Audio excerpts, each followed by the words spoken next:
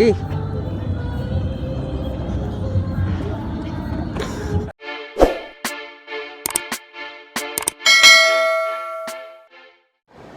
Hi guys, good morning. So I am Kino and I'm with my teammates right now.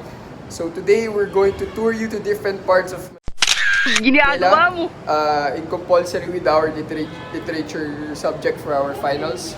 Of course, a big shout out to our professor, Ma'am Mabel. Hello po, Ma'am.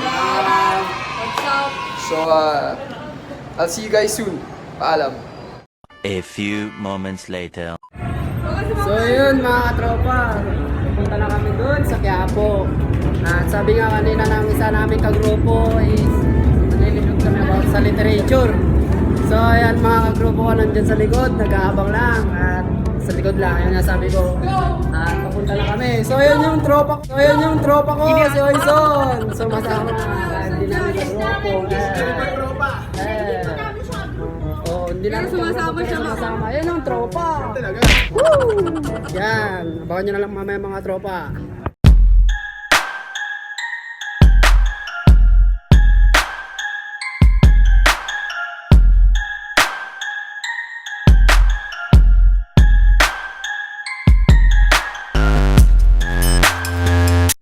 So yan mga tropa, malapit na kami. Ay, pagod!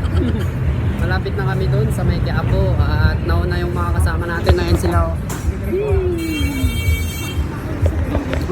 So yun, mamaya na lang baka kasi may snatch yung cellphone ko, mahirap na wala kaming pag-video. Ayun tropa ko, yun. So yan, abangan nyo rin sa dulo nitong video may explanation to bakit kami pumunta sa Quiapo, sa Luneta, Sa Baywalk. sa Baywalk. So, Papaliwanag sa'yo na ng poging-poging si Kino. So, yun mga tropa, abangan nyo na lang at sana may matutunan kayo sa video ito. A few moments later. So, nandito na kami mga tropa sa Quiapo Church. So, yun, makikita nyo. Yan, madaming tao doon. Sa baba. First Friday kasi ngayon mga tropa, pasensya na nahilo kayo. So, kung saan nakuha ng Pilipino yung mga ganong klaseng paniniwala, yung First Friday, something, mamaya malalaman nyo sa huli. So, ayun, pababa kami ng hagdan. Baka matapilok kayo ah. Ingat-ingat lang. Pagkatuwa ko doon. So, ayun, habang bumababa kami, pipicturean na lang namin mamaya mga katropa yung harapan ng simbahan sa gilid, dito lang sa gilid. So ayun mga katropa. So ayun mga katropa, tapos na namin pinuntahan yung simbahan. Hindi na namin pinicturean sa loob kasi bawal daw mag-picture. Yung susunod naman namin na pupuntahan is magpahula. Yung kagrupo namin is magpapahula. Tignan natin kung totoo yung mahuhulaan niya. So, sino magpapahula? So, yun. Wala po sa mayan. Dito. So, yun. Nandito kami sa ilalim ng Quiapo. And tawaran daw namin mga katropa yung hula. So, ayan, nasa na? Nasa mayan. So, yun. Tignan nyo na lang mamaya mga katropa. So yun mga katropa, nandito na kami, magpapahula na kami. So dito, ay meron dun eh. So maghahanap pa kami ng iba, mahal kasi.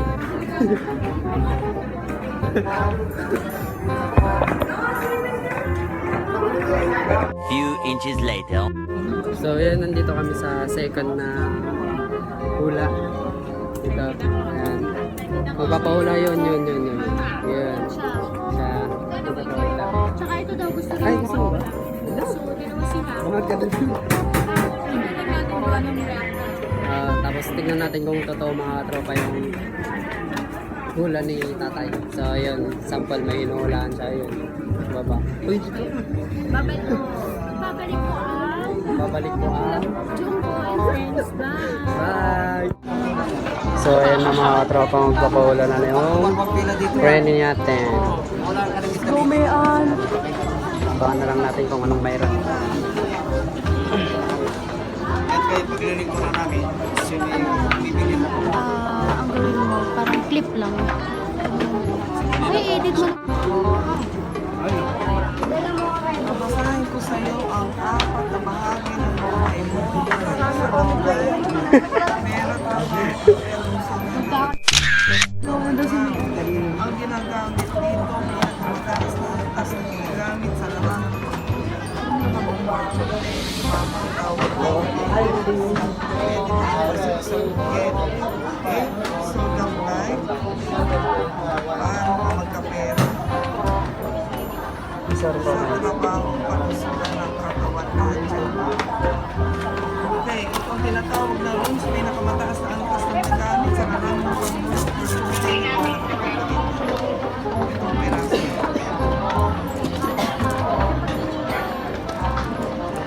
Kala na yan, candy.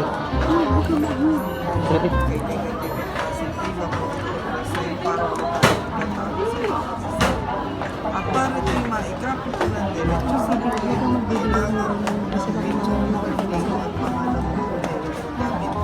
susulat ko sa papel na ito at ang papel na ito bibigay ko sa iyo Yes. March 2. So, Pecha is under the planet. Pangalan ng first name.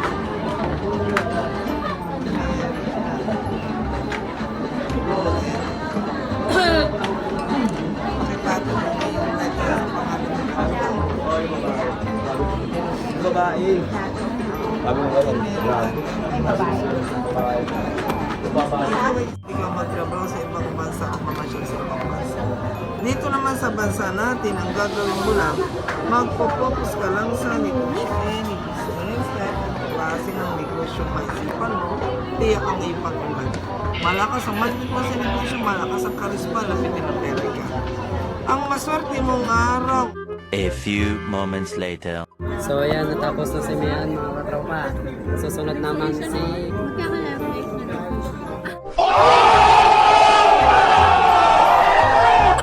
Magkaka-live live na siya. So ayan, susunod na si Bangag.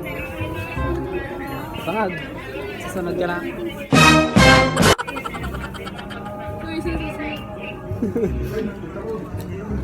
Init. So ayan, tol. Anong sinabi sa'yo? Magka-live na daw ako, tapos dito ako maghihirap ngayong taon ko next year. Sana all. Sana. So yun, abangan ulit natin kung anong reaction din ng susunod na hula. So ayun mga katropa, abangan na lang natin, tatanungin na lang natin, papiaw na lang bibidyoan natin. A few moments later. A few inches later. 2 hours later. Tol, lapitin daw ka ng cheeks. So ayan mga katropa, tapos na yung hula dun sa baba. Saan tayo next? Yun, palabas na po kami. Saan tayo next?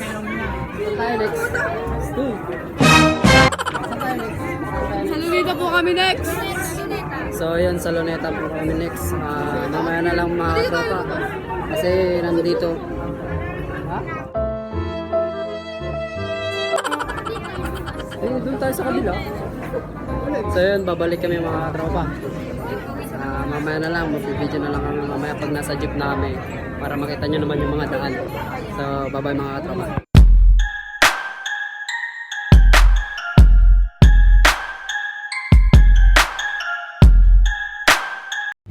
So yun mga tropa, bumaba na kami sa jeep na kailo. So ayan, nandito. So ayan mga tropa, nandito na tayo sa Luneta. So ayan, yung mga tropa natin. Anong gagawin ba natin dito? Wala, Mamasyal. Punta tayo, picture natin si iaano po namin si Dr. Jose Rizal, yung pambansang bayani natin. So mamaya, papakita po namin yung rebulto niya dito. Papakita po namin yung rebulto niya dito sa Luneta. Baka kasi hindi marinig ko. So ayun. So ayun, paliwanag yun na. So ayun, papakita ko muna kung anong style ng Luneta sa mga hindi pa nakakakita dito.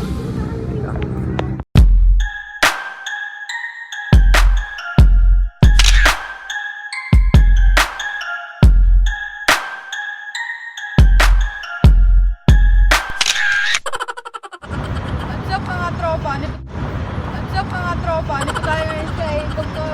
Rizal sa Luneta Park. I-explain ni ate yung mga about kay Dr. Rizal. Go ate. Okay, so, di ba nga, familiar naman tayo na si Dr. Jose Rizal yung national hero natin. Then, according sa history, dito daw siya binaril sa Bagong Bayan on the same spot. Ginagawa mo! Kung yung ribulto niya. Then, may mga iba't ibang klase din na literature works na nagawa si Dr. Jose Rizal, which is babanggitin naman ni Princess. So, yun yung Gigigoli Mitangere at tsaka yung isa ay Pilibus El. So, dito siya pinatay sa Luneta na itong sa kanya. Sa nakapark na yan. Nasa ribulto niya. Sa libulto niya. Makikita nyo naman eh. Nandiyan nakatayo. Nung statue. Okay, so ayun na nga. Meron siyang dalawang ginawa na sikat. Una, no limita ang here. Then, pangalawa, El Filibusterismo.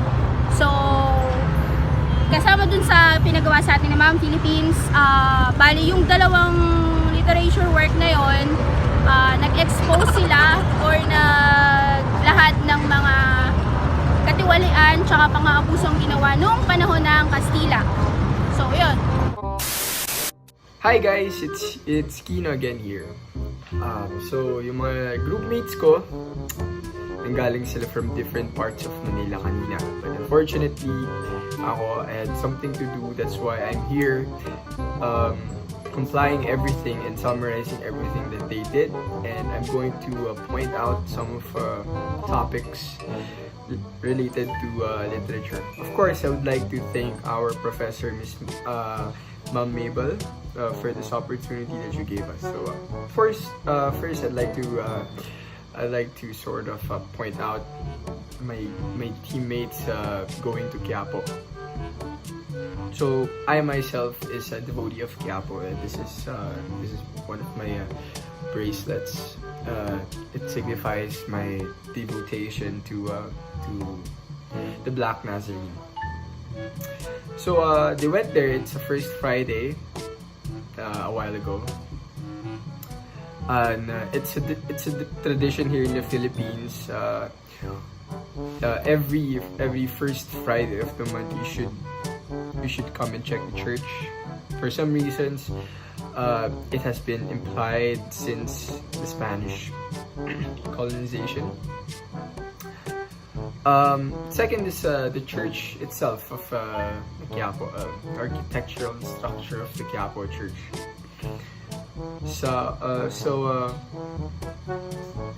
If you guys haven't been to Quiapo, I highly suggest that you should come and check the church.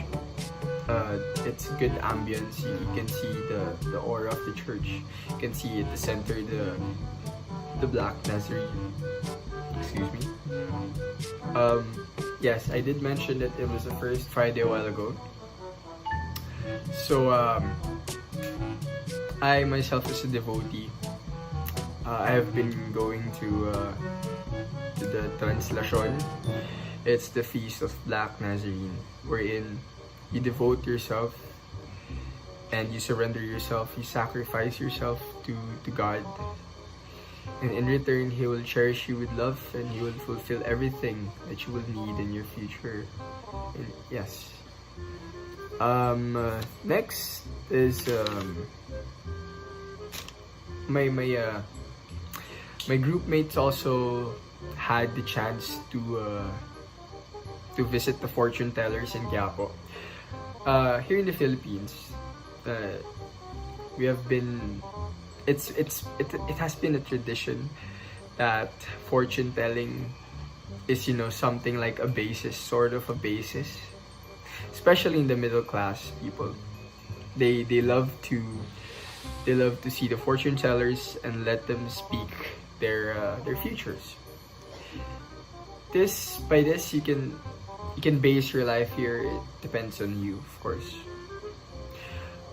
But it's these fortune tellers of Quiapo are known for their legitimacy. Should I say legitimacy? And the basketball players, my group mates, they had this fortune telling experience a while ago. I called them and they told me it was some sort of legit.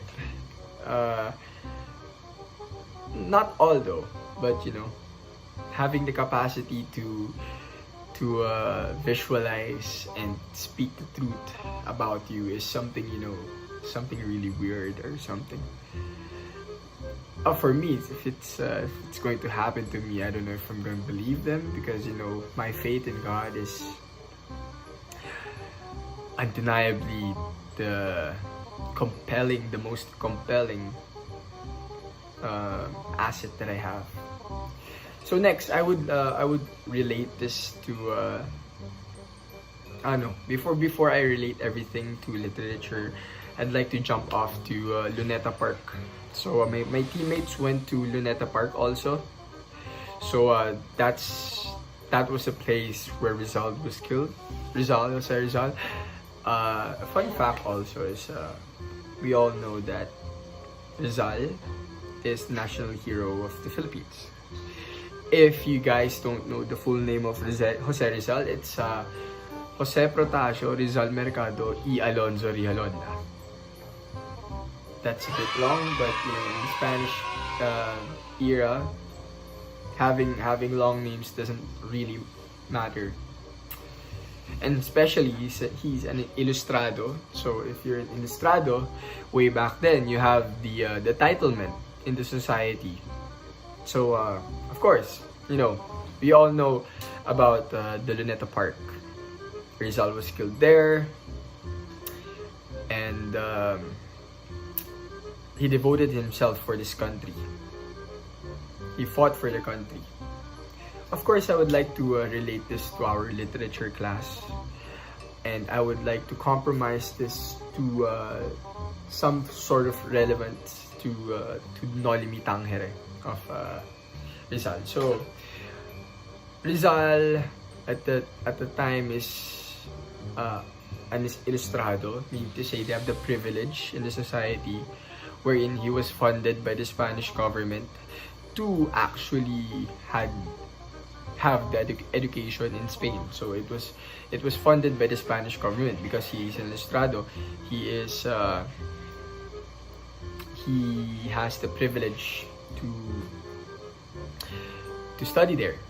So yeah, relating Rizal to Noli Me Tangere, Crisostomo Ibarra is also an ilustrado. In that way, I would like to point out my critic paper in my literature class, in Ma'am Mabel's class. Just give me a moment.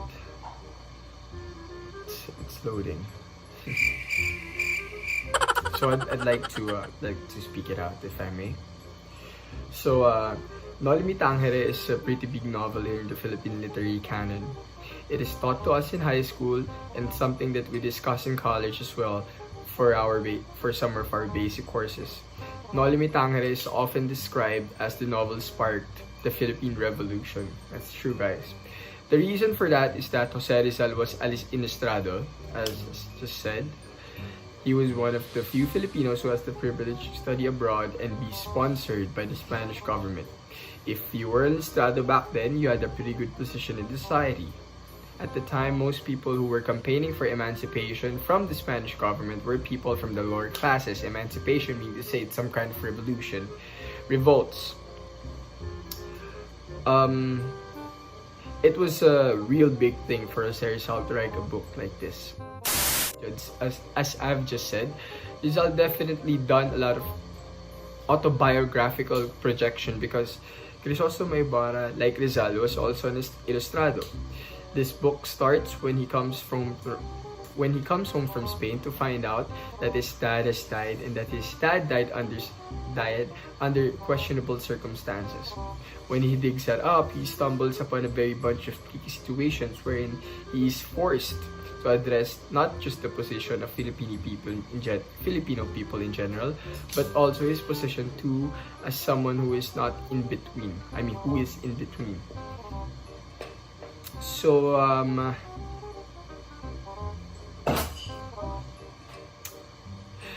yeah, that was my critic paper. So you know, guys, relating this to literature, as a Filipino, these parts of Manila that we just reported, we went to different parts of Manila a while ago, and I would say, being a Filipino, I am proudly and humbly proud that we have built this kind of places, and you know, we can be proud of what we've done. A lot of people would think that Filipinos are born middle classes, but technically, you know what? Filipinos are the most driven, most passionate, most heartwarming people in this world. Filipinos have the best heart. We are at best at being hospitable, at being kind, being very generous. But you know what, guys? As I would like to conclude everything that we've done. This is something that I am humbly proud of. That, you know, even Filipinos, we have this tradition. Like me, I'm a devotee of the Quiapo Church of the Black Nazarene. We have this tradition yearly, every January, first week of January, we go to the Quiapo Church. We bring the saint to different parts of Manila. We start from Quirino Grandstand all the way to going back to the church. You know, it's a whole day process wherein you have to fight for your life. It's really hard, you know. I'm proud because I'm one of them. I've been asking for help from my grandmother, who recently died, and you know, thanks for Mom Maybelline for considering me into her class, and that's a big part of me, of course. So next is the Luneta Park. Luneta Park has been established for many years now, and has been the center of the center of Luzon. It's the 0 kilometer Luneta Park, and we have been treasuring this Luneta Park for how many years now? So yun mga katropa, natapos na ni Kino na ipaliwanag yung pinuntahan namin sa Quiapo at saka sa Luneta. So yun, I hope na may natutunan kayo sa video ito, and don't forget to like and subscribe to my channel, Larry Boy Tropa. Maraming salamat mga tropa, and I'm out.